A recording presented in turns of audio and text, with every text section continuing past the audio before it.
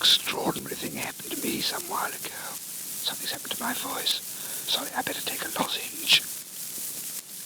Ah, that's better. Well, a most extraordinary thing happened to me some while ago. You see, my wife and I hadn't been hitting it off. Or rather, we had been hitting it off. We'd come to blows on several occasions. There'd been a coldness between us, too. After the first few months of marriage, one sleeps so well, doesn't one? Above all, the money shortage had got on our nerves. I couldn't earn any, and I wouldn't let her. I used to worry, and I wouldn't let her. Either I'd sit at home and think, and I wouldn't let her, or else I'd walk the streets. Anyhow, one day I decided to swallow my pride. So I swallowed a whiskey and soda first and went to see a well-known artist pal of mine with the intention of offering my ex-manly form as a model. I realized, of course, that my face was better in profile and my rest wasn't. I mean, bits of me are rather prominent. Still, I suppose that's natural, really. Well, I had a bath and trotted off. On my way, I planned several poses and hoped I might make a bit of dough if I looked like some. I pictured myself as Bacchus or Nero or one of those chaps with flowers and women all over me. You know the sort of thing. A mass of legs, arms, and raspberries. I'd never been in my pal's studio before, but I entered, unsuspecting and unannounced, and there he was with knobs on. Knobs of paint on his palette, I mean. And terribly busy painting a naked lady in a mask. My artist friend was very affable, asked me to stay if I must, and I was just going to tell him the reason of my visit when I noticed the model. Well, I couldn't possibly tell him with someone else there. I should have felt such a wet if I told him I wanted to pose in front of someone who did, and such a someone. Except for 3 vaccination marks and an appendix scar, there wasn't a blemish on her lovely bod-bod. I felt so embarrassed for her I couldn't look her in the face. At least that was one of the reasons I couldn't. While I sat there making small talk and thinking big things, I gathered more courage and looked her over properly. I saw then that one hand held a black mask over her face. I was glad it was only over her face. And the other hand, I forget where that one was. Any jolly way, I suppose I had been there for 5 minutes, or as they say in French, 5 minutes, gazing at the model and thinking nasty or nice thoughts, whichever way you look at that sort of thing, when my painter pal told her that she could rest. I happened to be watching her still. She heaved a gorgeous sigh. Believe me, a sigh looks much more fun in the nude than cased in. And then she dropped the hand that had been holding the mask. She dropped the other hand too, but that's got nothing to do with this story, or very little. When the face was disclosed, it smiled at me and said, "Hello, darling," and it was my wife's. So we're very happy together now.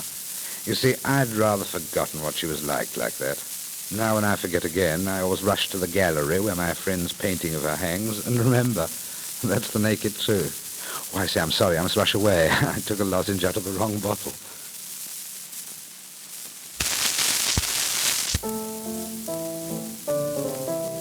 Boys may, but girls may not. There's been a slogan since eternity.